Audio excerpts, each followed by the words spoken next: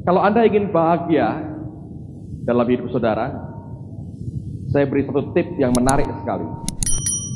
Karena saya lihat banyak orang hidupnya tidak bahagia, bukan karena nggak punya uang, bukan karena gagal usahanya, bukan karena faktor-faktor yang lain, tapi oleh karena satu faktor, dia jarang memuji orang. Ya, kalau engkau jarang memuji orang, cuma dua kemungkinannya. Saudara netral, tidak punya pandangan apapun terhadap orang lain, atau Anda akan mengkritik orang. Dan orang yang kerjanya mengkritik orang, melihat akan kelemahan orang lain, Anda adalah orang yang paling miserable, paling sengsara hidup saudara. Ya, banyak orang berkata begini, Pak, saya ingin peka, Pak, bisa melihat di mana setan berada. Siapa yang pengen lihat setan dalam hidupnya? Ada? Kalau Anda diizinkan Allah melihat setan, matamu dibuka. Saya berkata, makanmu tidak enak, tidur tidak nyenyak. Kesetanan terus, saudara. Di sana, di sana, di sana. Nah, padahal cuma setan, cuma lewat aja. Loh, setan jalan. Loh, bukan dia, maksudnya saya. Nah, dia tidak tahu. Jangan diberitahu, please, jangan diberitahu. Saya tidak sengaja, saya. Nah, jangan diberitahu. Alright, pergi.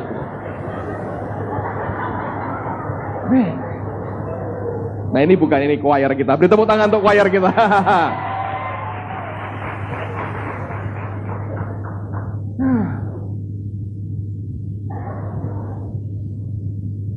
Hati-hati gunakan tanganmu, itulah lagunya. Saya tidak pernah tertarik itu melihat setan, saudara. Karena setiap kali ketemu itu mesti urusannya nggak enak. Mana pernah dia memberikan kebahagiaan dan ketenangan? Oh, aku tidur nyenyak sekarang, kenapa? Cuman 3 setan gundul di sekitarku. Masa begitu bisa nikmat sih, saudara?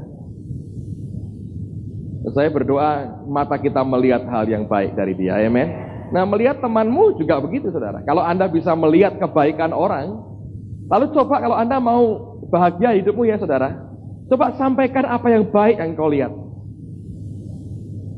Ada orang punya baju baru, bajumu bagus sekali. Tapi orang kita berkata, sombong, bajunya anyar. Loh, kalau dibeliin maminya sendiri, biarin dong, saudara. Kenapa kita lihat negatifnya? Kenapa nggak berkata, bajumu bagus sekali? Walaupun Anda lihat kancingnya lepas 1, tapi Anda bisa berkata, tidak 2 ya lepasnya, luar biasa ini. Jadi lihatlah semua itu dengan mata yang lebih baik, lebih sehat. Anda akan bahagia. Kalau Anda lihat salahnya orang terus ya, sebetulnya engkau sedang melihat akan salahmu sendiri lebih parah daripada orang lain. Kenapa banyak orang uring-uringan, dia terlalu melihat kesalahan orang lain. Ganti daripada itu, coba belajar lihat akan semua yang baik, yang luar biasa yang ada pada orang lain. Makanya setiap kali saya mengajar Anda, coba berikan pujian. Saya tahu sebagian besar nggak ngomong apa, cuman senyum sambil nyalami. Sebel, gini kok hebat katanya. Tapi saya berkata itu yang harus dididik dalam kehidupan kita. Amen, saudara. Belajarlah. Suami istri sama. Berikanlah pujian. Orang timur itu, waduh, sulit sekali saya lihat. Ngomong istrinya, katakan yang baik. Pak, tapi wong kayak gitu loh. Ucapanmu itu meng-create sesuatu. Hidup dan mati dikuasai lidah. Siapa suka menggemakan, dia makan buahnya. Anda kan ingin istrimu tambah baik kan? Ucapkan yang baik. Katakan tidak ada orang seperti kamu di dunia ini. Betul kan? Kan gak ada duanya. Ucapkan yang baik. Pak, suami saya menyebalkan. Jangan pikirkan itu. Lihat kemungkinan yang terbaik apa yang Allah bisa kerjakan. Lalu mulai percayai, ucapkan itu. Kalau Anda ucapkan yang negatif, Anda kutuki terus, tambah jadi, saudara. Nah, hidupmu yang parah akan kena akibatnya. Amen. Alright, sekarang mari kita buka firman Tuhan. 3 Yohanes ayat yang pertama sampai dengan ayat yang ke-8.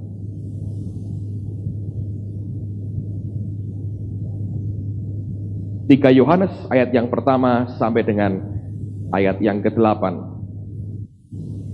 Alright. 3 Yohanes ayat yang pertama, pasalnya jangan tanya karena cuma 1, saudara. Lihat ayat yang pertama sampai dengan ayat yang ke-8. Dari Penatua kepada Gaius yang kekasih, yang kukasihi dalam kebenaran. Saudaraku yang kekasih, aku berdoa semoga engkau baik-baik dan sehat-sehat saja dalam segala sesuatu, sama seperti jiwamu baik-baik saja. Sebab aku sangat bersuka cita ketika beberapa saudara datang dan memberi kesaksian tentang hidupmu dalam kebenaran. Sebab memang engkau hidup dalam kebenaran. Bagiku tidak ada sukacita yang lebih besar daripada mendengar bahwa anak-anakku hidup dalam kebenaran. Saudaraku yang kekasih, engkau bertindak sebagai orang percaya, di mana engkau berbuat segala sesuatu untuk saudara-saudara, sekalipun mereka adalah orang-orang asing. Mereka telah memberi kesaksian di hadapan jemaat tentang kasih-Mu. Baik benar perbuatanmu, jikalau engkau menolong mereka dalam perjalanan mereka dengan suatu cara yang berkenan kepada Allah. Sebab karena namanya mereka telah berangkat dengan tidak menerima sesuatu pun dari orang-orang yang tidak mengenal Allah. Kita wajib menerima orang-orang yang demikian, supaya kita boleh mengambil bagian dalam pekerjaan mereka untuk kebenaran. Nah, Anda harus mengerti akan konteksnya. Surat ini ditujukan kepada seorang yang bernama Gaius, yang memberikan dukungan, bantuan ketika beberapa hamba Tuhan dari jemaat yang dimana Rasul Yohanes tinggal waktu itu sedang dalam perjalanan pelayanan mereka. Jadi indikasinya bahwa Gaius ini memberikan dukungan keuangan, dukungan secara materi kepada hamba-hamba Tuhan ini, sehingga mereka bisa meneruskan akan tugas mereka, lalu kemudian mereka balik ke jemaat itu dan mereka memberikan laporannya.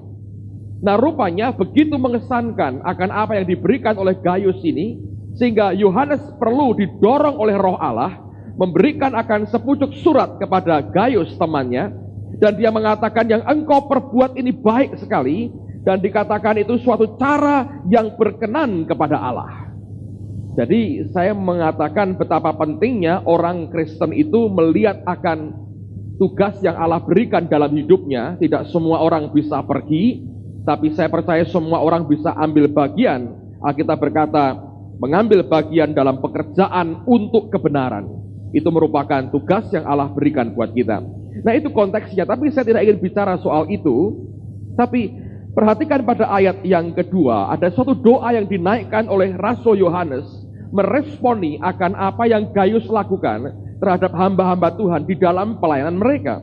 Dia berkata, saudaraku yang kekasih, aku berdoa semoga engkau baik-baik. Kata baik-baik sebetulnya artinya prosper atau berkelimpahan dan sehat-sehat saja dalam segala sesuatu, sama seperti jiwamu baik-baik. Kata baik-baik yang kedua juga dari kata prosper yang sama. Nah, kalau Anda punya King James Bible, digunakan kalimat yang seperti ini.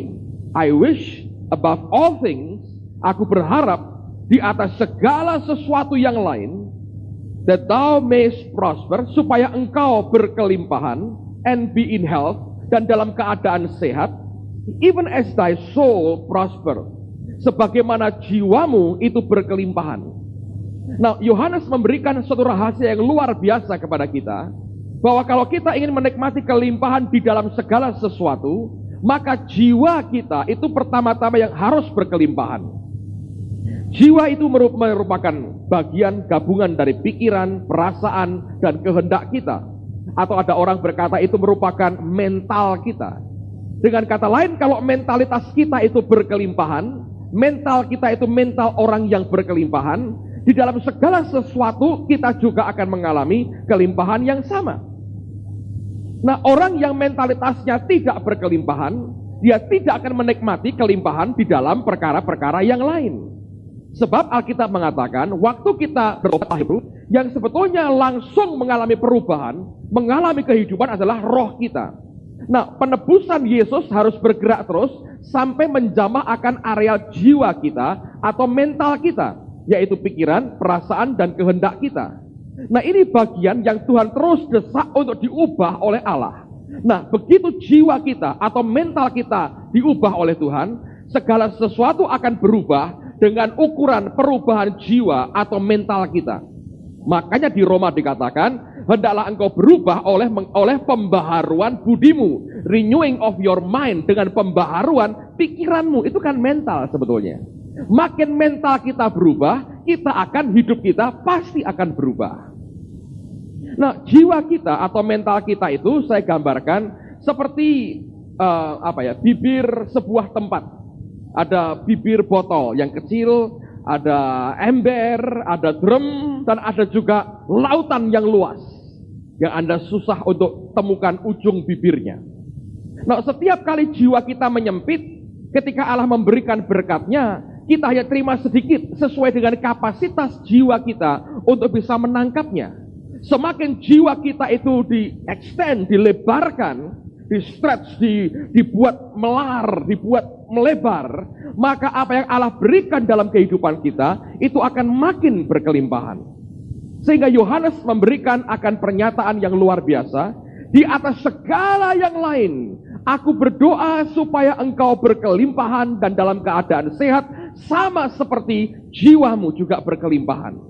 Nah, segala sesuatu ditentukan juga oleh cara berpikir kita, segala perasaan kita dan kehendak manusia kita atau mentalitas kita. Orang Kristen yang mentalitasnya kecil, parah, dia tidak akan pernah terima apapun yang baik. Nah, kata prosper, kalau Anda lihat dalam Strong Dictionary, ada beberapa pengertian di dalamnya. Di antaranya, kata prosper itu artinya succeed in reaching, berhasil dalam suatu upaya untuk meraih sesuatu, atau to succeed in business affairs, berhasil dalam bisnisnya, pekerjaannya. Dengan kata lain, kalau cara berpikirmu itu engkau berkata, aku bisa meraih itu, engkau yakin dalam dirimu ini bisa, rohmu berkata bisa, pikiran, perasaan, kehendakmu selaras berkata bisa, akan terjadi, saudara. Tapi kalau rohmu dan iman berkata bisa, pikiran, perasaan, kehendak berkata tidak mungkin, itu jadi blok menghalangi apa yang Allah akan kerjakan di dalam kehidupan kita. Disitulah banyak orang Kristen konflik sebetulnya, antara apa yang dia percayai dengan kemudian reaksi dari jiwanya sendiri yang berkata tidak mungkin, tidak bisa. Nah, saya perhatikan bukan hanya orang Kristen lah, tapi kalau Anda melihat manusia satu persatu, Anda ajak mereka bicara, Anda akan berjumpa dengan fakta. Setiap orang itu kondisi mentalnya berbeda. Ada orang yang punya mentalitas yang berkata, aku bisa succeed in reaching, aku bisa berhasil mencapai itu. Ada yang berkata, nggak mungkin lah, itu terlalu besar buat aku, sudahlah aku begini aja cukup. Kita merasa puas dengan apa yang ada. Nah, itu untuk si A, untuk si B, bukan untuk aku. Pada waktu mental kita biarkan dalam titik seperti itu, Anda akan gagal dalam segala sesuatu. Tuhannya mau memberkati, Tuhan mau bekerja, kita yang tidak membiarkan dia bekerja. Seperti frame, seperti bingkai dalam kehidupan kita, membatasi perkara besar yang dia mau berikan dalam hidup kita. Nah, sekarang mari kita lihat. Saya akan berikan contoh yang paling luar biasa. Ini ayat saya sudah baca mungkin puluhan kali, saudara. Anda mungkin pernah dengar cerita ini. Beberapa hari yang lalu, Roh Kudus berkata pada saya, baca lagi cerita ini. Aku tunjukkan kepadamu dua mentalitas karakter yang berbeda. Buka dengan saya Lukas 15. Ini kisah tentang anak yang hilang. Nah, biasanya ini dipakai untuk penginjilan, tapi hari ini kita lihat sisi yang berbeda. Mentalitas yang berbeda menentukan akan hidup yang berbeda. Lukas pasal yang ke-15, lihat mulai ayat yang ke-11. Judulnya perumpamaan tentang anak yang hilang. Saya mau tanya siapa yang pernah dengar cerita ini sebelumnya? Coba angkat tanganmu tinggi-tinggi. Oke. Sekarang mari kita sisihkan semua konsep lama kita, itu kebenaran dalam areal tertentu. Saya mau ajak kita lihat dalam sisi yang lain, dalam kebenaran yang sama. Lukas 15 ayat 11. Yesus berkata lagi, ada seorang mempunyai dua anak laki-laki. Kata yang bungsu kepada ayahnya, Bapa, berikanlah kepadaku bagian harta milik kita yang menjadi hakku. Lalu ayahnya membagi-bagikan harta kekayaan itu di antara mereka. Beberapa hari kemudian anak bungsu itu menjual seluruh bagiannya itu, lalu pergi ke negeri yang jauh. Di sana ia memboroskan harta miliknya itu dengan hidup berfoya-foya. Setelah dihabiskannya semuanya, timbullah bencana kelaparan di dalam negeri itu, dan ia pun mulai melarat. Lalu ia pergi dan bekerja pada seorang majikan di negeri itu. Orang itu menyuruhnya ke ladang untuk menjaga babinya. Lalu ia ingin mengisi perutnya dengan ampas yang menjadi makanan babi itu, tetapi tidak seorang pun yang memberikannya kepadanya. Lalu ia menyadari keadaannya, katanya, betapa banyaknya orang upahan Bapakku yang berlimpah-limpah makanannya, tetapi aku di sini mati kelaparan. Aku akan bangkit dan pergi kepada Bapakku dan berkata kepadanya, Bapa, aku telah berdosa terhadap surga dan terhadap Bapa. Aku tidak layak lagi disebutkan anak Bapa. Jadikanlah aku sebagai salah seorang upahan Bapa. Maka bangkitlah ia dan pergi kepada bapaknya. Ketika ia masih jauh, ayahnya telah melihatnya, lalu tergeraklah hatinya oleh belas kasihan. Ayahnya itu berlari mendapatkan dia, lalu merangkul dan mencium dia. Kata anak itu kepadanya, Bapa, aku telah berdosa terhadap surga dan terhadap Bapa. Aku tidak layak lagi disebutkan anak Bapa.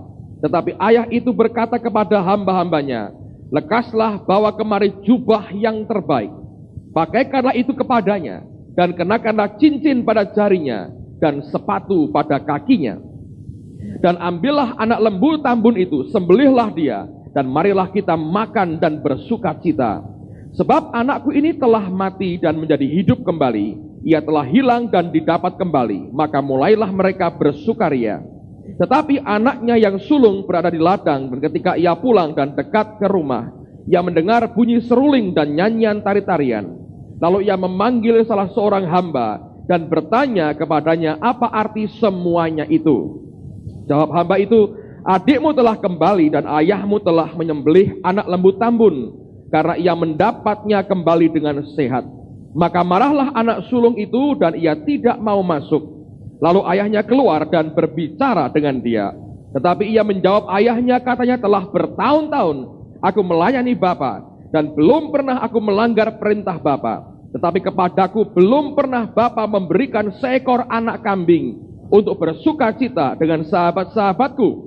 Tetapi baru saja datang anak Bapa yang telah memboroskan harta kekayaan Bapa bersama-sama dengan pelacur-pelacur. Maka Bapa menyembelih anak lembu tambun itu untuk dia. Kata ayahnya kepadanya, anakku, engkau selalu bersama-sama dengan aku, dan segala kepunyaanku adalah kepunyaanmu. Kita patut bersuka cita dan bergembira, karena adikmu telah mati dan menjadi hidup kembali. Ia telah hilang dan didapat kembali. Nah, dengar baik-baik, saudara. Apa perbedaan antara si bungsu dan si sulung? Kita tidak bicara soal foya-foyanya bungsu, saudara. Tapi lihat akan mentalitasnya. Ini seorang bapak yang kaya raya. Dan dia punya dua anak, sulung dan bungsu. Kalau Anda jeli memperhatikan, saya mau sampaikan aja untuk menghemat waktu. Perhatikan bahwa reaksi mereka terhadap yang namanya harta bapaknya itu berbeda. Si sulung selalu berkata, itu harta bapak, hartamu. Dan ini orang, saudara, bukan orang sembarangan. Alkitab berkata, telah bertahun-tahun aku melayani Bapa, belum pernah melanggar perintah Bapa. Ini orang kerja keras, setia, dan tidak pernah, Alkitab berkata, menyusahkan Bapa, tidak pernah melanggar perintah Bapaknya. Dia merasa dirinya sudah benar. Aku tidak pernah melanggar perintah Bapa. Aku bertahun-tahun melayani Bapa, setianya luar biasa. Tapi nggak dapat apa-apa, saudara. Pengen anak kambing aja. Bahasa Jawanya apa? Cempe. Ya, kepengen cempe aja, nggak dapat, saudara. Ini bukan orang merosal. Ini bukan orang sembarangan. Setia, kerja keras, tidak pernah melanggar perintah Bapak. Anda tidak pernah melanggar? Waktu saya baca, wow, ini tipe pendeta sempurna ini. Ya kan? Kerja keras, setia, tidak pernah melanggar. Tapi tidak dapat apa-apa. Kenapa? Mentalnya yang parah. Dia selalu berkata itu harta Bapak, itu kambing Bapak, itu cempenya Bapak. Tapi si bungsu ini Ini Kristen dugal, tahu dugal saudara? Sapenae. Dengan Tuhan menduga. Saya nggak ngajari Anda dugal semua loh saudara. Tapi saya ngajari Anda untuk merubah cara berpikirmu. Lihat caranya dia minta harta.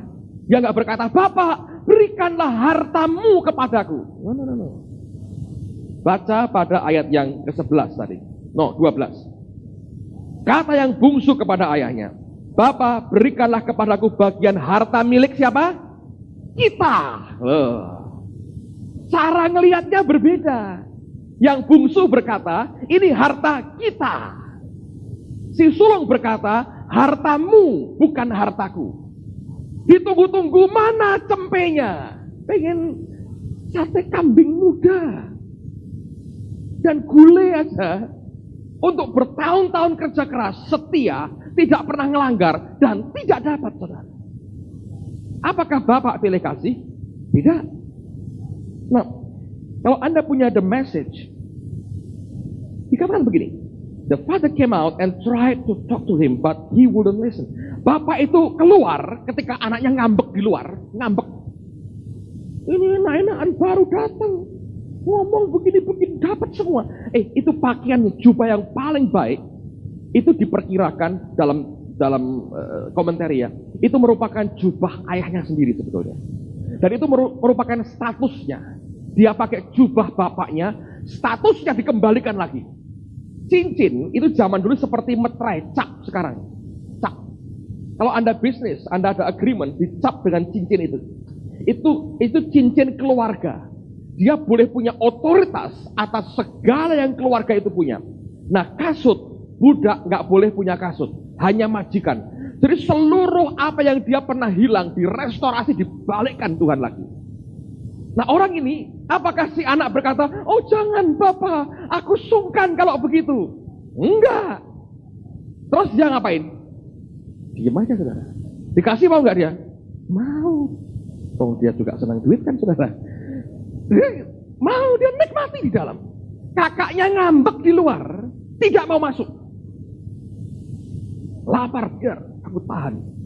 Kenapa dia gak mau masuk? Dia merasa benar dan dia kecewa dengan Bapak. Orang kecewa itu sebetulnya kecewanya dengan siapa? Tuhan. Dia kecewa, dia marah. Bapaknya keluar. Coba bicara dengan dia gak mau dengar. Dan akhirnya bapaknya berkata begini. His father said, son, you don't understand. Dia berkata, nak, kamu gak ngerti. You are with me all the time. Kau selalu bersama dengan aku. And everything that is mine is yours. Dan semua yang aku punya itu milikmu. Kok cuma cempe? Kok 30 kambing kamu potong? Itu milikmu. Bayangin, di mana kesalahannya? Di mentalnya, di jiwanya, di cara berpikirnya. Ini loh saudara. Bayangin ya, bertahun-tahun kerja keras, gak pernah ngelanggar apa-apa, gak dapat apa-apa. Jangan bilang Allah pilih kasih, tapi oleh karena cara berpikirnya, frame-nya terlalu sempit. Nah, banyak orang Kristen bangga jadi si sulung, kerja keras, setia, tidak pernah ngelanggar. Gak dapat apa-apa, gak apa-apa, ntar di surga semua. Ya kalau dapat di surga saudara. Kalau itu self-righteousness, kebenaranmu sendiri, surga gigit jari. Dan saya belajar sesuatu di sini yang membuat si bungsu ini berbeda. Cara berpikirnya berbeda. Dia selalu melihat suatu possibilities, kemungkinan yang ada. Dalam keadaan sudah hancur, jadi budaknya orang. Makan ampas babi, untuk makanan babi aja nggak boleh saudara. Dia lihat kemungkinan lain. Bagaimana aku bisa lebih baik dari sekarang? Dia selalu memikir, bagaimana aku bisa lebih baik dari sekarang? Kalau aku diam seperti ini, aku akan mati di sini. Dia bilang, kerja sama bapakku lebih enak. Dia coba ke sana, bukan cuma kerja, dipulihkan semua haknya. Nangkep saudara. Nah, di sini orang Kristen harus belajar. Saudara dan saya harus mengizinkan Allah membongkar cara berpikir yang sempit dari pikiran kita. Kalau tidak, itu yang menghalangi engkau sendiri, yang membelenggu hidupmu sendiri sebetulnya. Jadi kalau Anda melihat segala sesuatu, lihat akan kemuliaan Allah. Lihat akan kuasanya. Lihat semua yang mungkin Allah buat dalam kehidupan kita. Saudara akan lihat, wow, luar biasa. Bukan apa yang sanggup kita buat, tapi apa yang Dia sanggup lakukan dalam kehidupan kita. Ya, saudara. Nah, Filipi pasal 4. Lihat Filipi pasal 4. Ayat yang ke-13. Filipi pasal 4 ayat yang ke-13.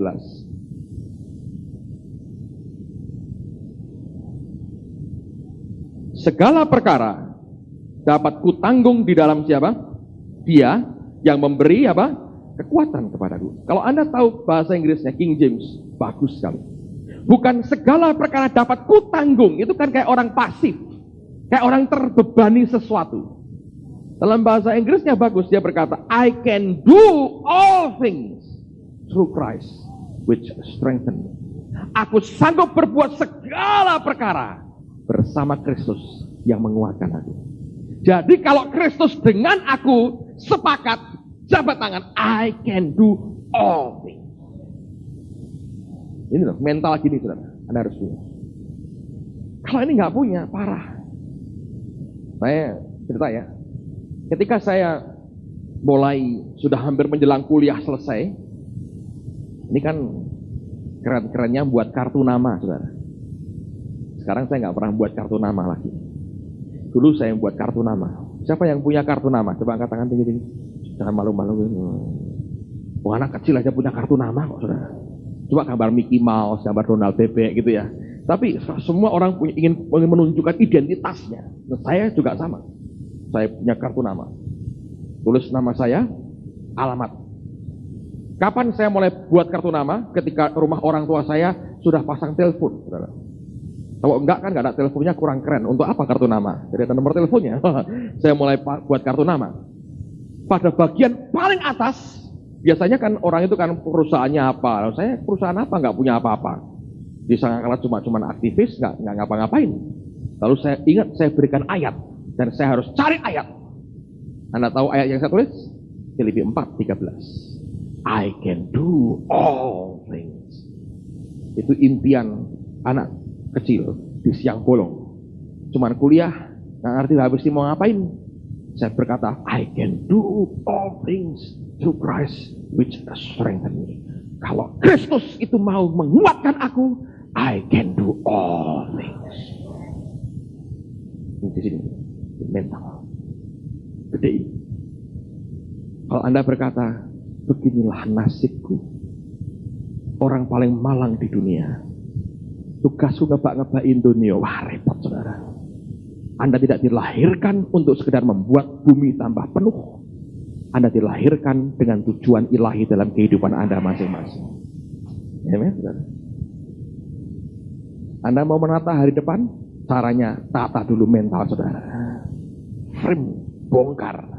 Yang bukan dari Tuhan, buang. Yang dari Allah, Anda masukkan dalam jiwamu.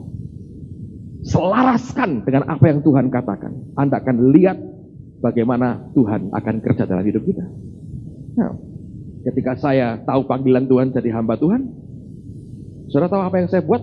Saya sering kali masuk kamar sendirian. Saya di depan kaca, saya begini-begini. Yang sekarang saya buat ini, saudara, saya I can do all things through Christ which strengthen. Kalau Anda bisa ngerti itu, luar biasa. Ya, nah, saya pikir impian-impian itu Allah beri bahkan lebih dari yang kita bisa impikan. Bukan karena kekuatan jiwa, tapi jiwa itu diubah, diselaraskan dengan kehendak Allah dalam kehidupan kita. Kita punya Allah yang maha besar. Karena berpikir kecil. Anda tahu hal yang paling merepotkan Tuhan? Kalau disuruh megang barang kecil. Serius. Saya punya tangan cukup besar, saudara. Ini tangan paling repot. Kalau suruh megang benda kecil, saya harus pegang dengan kuku saya. Karena saya nggak bisa ngerasain. Tapi kalau saya pegang benda besar, saya nikmati. Jangan susahkan Tuhan, saudara, dengan cara berpikir yang sempit dan kecil. itu menyusahkan Tuhan. Kita punya Allah yang maha besar. Dan Paulus berkata, I can do all. Amen. Allah memberikan itu, saudara, sebetulnya. Coba buka kitab Kejadian. Saya diingatkan Tuhan tiba-tiba. Kitab Kejadian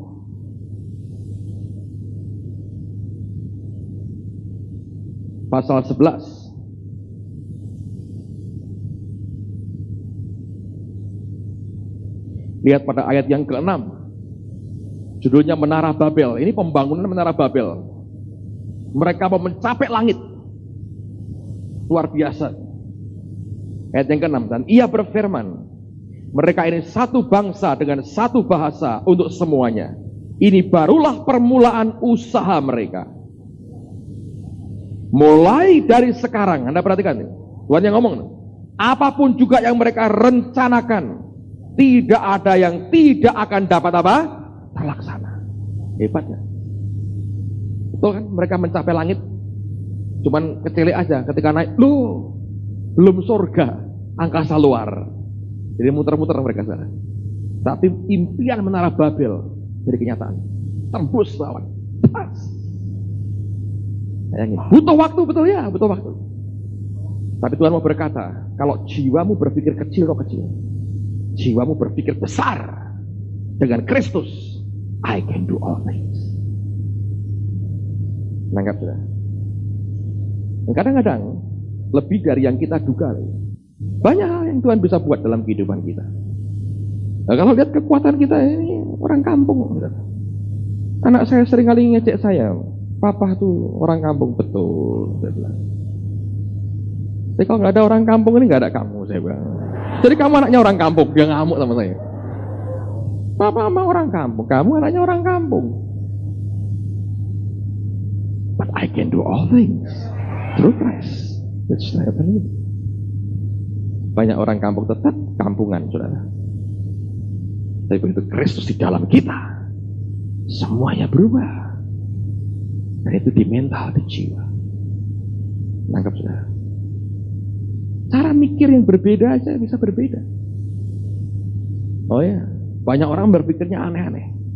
Ada yang sempit, ada yang lebar, ada yang nekat maunya.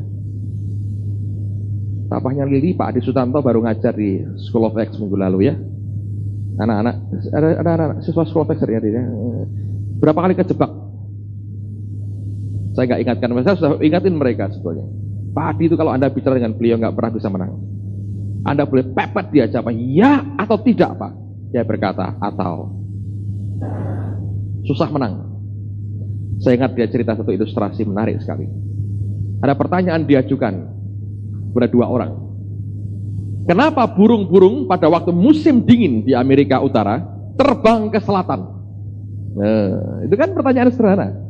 Orang yang intelek langsung berkata, oh karena di Amerika Utara dingin, mereka cari udara yang lebih hangat. Jadi terbang ke selatan. Betul kan? Tapi ada yang jawabnya lain.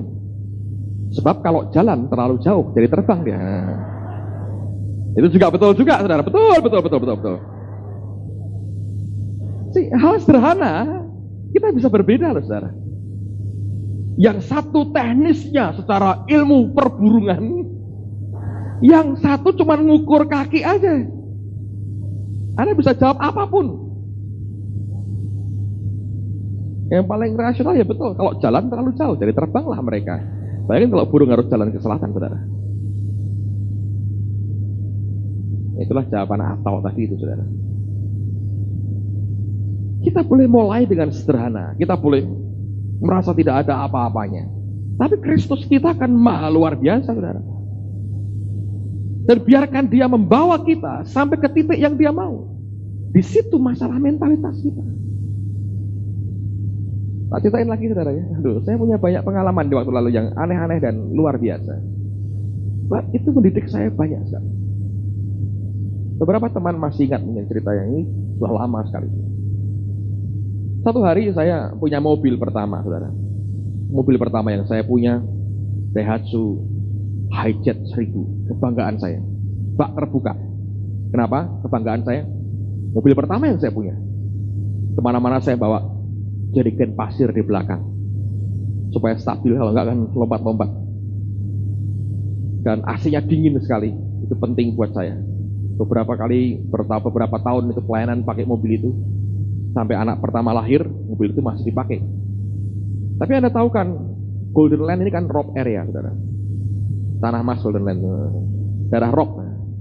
Rock itu memakan habis akan semua logam, ya. Termasuk mobil itu karena sering kali kena daerah asin, air asin, bawahnya tanpa saya sadar keropos. Cuman di luar ditutup dengan karpet, ya di mobil itu, tapi bawahnya keropos. Suatu hari kami pergi kemana, saya lupa, istrinya Pak Timotius itu ikut. Dan beliau orang yang berbobot kan, duduklah bayangin saya, istrinya Pak Timotius. Bertiga, kami orang-orang berbobot. Anda berbobot? Ada, Pak, sedikit. Ini makanya harus berbobot. Dan ketika kami berdua naik, nggak terjadi apa-apa. Ketika makin berbobot, Bu Yuni nginjak di situ. Begitu nginjak masuk, dengar karpiak. Kaget saya. Saya buka lubang, saudara. Saya bilang, kok bolong ke motorku? Mobil bagus-bagus bolong. Wow, fantastis. Kalau Anda mau cepat diberkati, tinggal daerah ini, saudara. Cepat ganti mobil. Mau tidak mau tuh. Kalau Anda setia dengan mobil itu, mobilmu tidak akan setia dengan Anda. Hancur karena karat, saudara. Nah, beberapa saat kemudian, ada teman mau gantiin saya berkati saya dengan uang tertentu untuk saya ganti mobil. Nah, saya berpikir begini, loh, kenapa mesti hanya saya yang menikmati lah? Kan pelayanan gereja, yayasan waktu itu nggak punya mobil. Saya ngomong gini, udah gini aja lah, ini mobil saya jual. Jadi satu dengan uangmu, ya. Lalu kemudian kita beliin mobil lagi, pakai sebagai mobil gereja, mobil yayasan, untuk pelayanan lah, mobil dinas. Saya hanya punya hak pakai. Jadi bukan hanya dia memberi, saya ikut memberi, saya jual aja mobilnya. Kemudian uangnya dijadiin satu, ya kan? Lalu kemudian ini pakai aja untuk mobil dinas. Saya hanya punya hak pakai, nggak boleh jual. Kalau dijual itu masuk kas gereja semua, kas pelayanan. Fair kan, saudara? Saya hanya punya hak pakai, saya kasih mobil saya. Ada orang yang begitu marah, dan dia mempersoalkan bagaimana kalau nanti departemen ini mau pakai, nggak bisa. Wah, begitu marah. Sampai kemudian ditanya, loh kalau gitu, loh saya ini tadinya mau ngasih pribadi kok. Loh kalau pribadi boleh. Ya, sebetulnya dari perasaan iri karena lihat temannya mau naik mobil lebih baik, dia masih naik sepeda motor. Itu kemudian cara berpikirnya begitu rupa sehingga dia bingung sendiri. Dan orang ini berkata, ya sudah, kalau begitu saya kasihkan dia pribadi aja. Dia nggak usah nyumbang apa-apa. Nah itu boleh katanya. Akhirnya saya naik mobil saya sendiri. Nangkep cara mikirnya, nangkep. Nah, semua kepahitan dalam hidupmu, kekecewaan itu mempersempit cara berpikirmu. Dan begitu itu sudah jadi mati. Dan repotnya orang Kristen, pikiran sempit dihak patenkan. Paten. Itu celaka betul. Sampai hari ini hak patennya masih naik motor terus. Bangga deh. And I drive my BMW.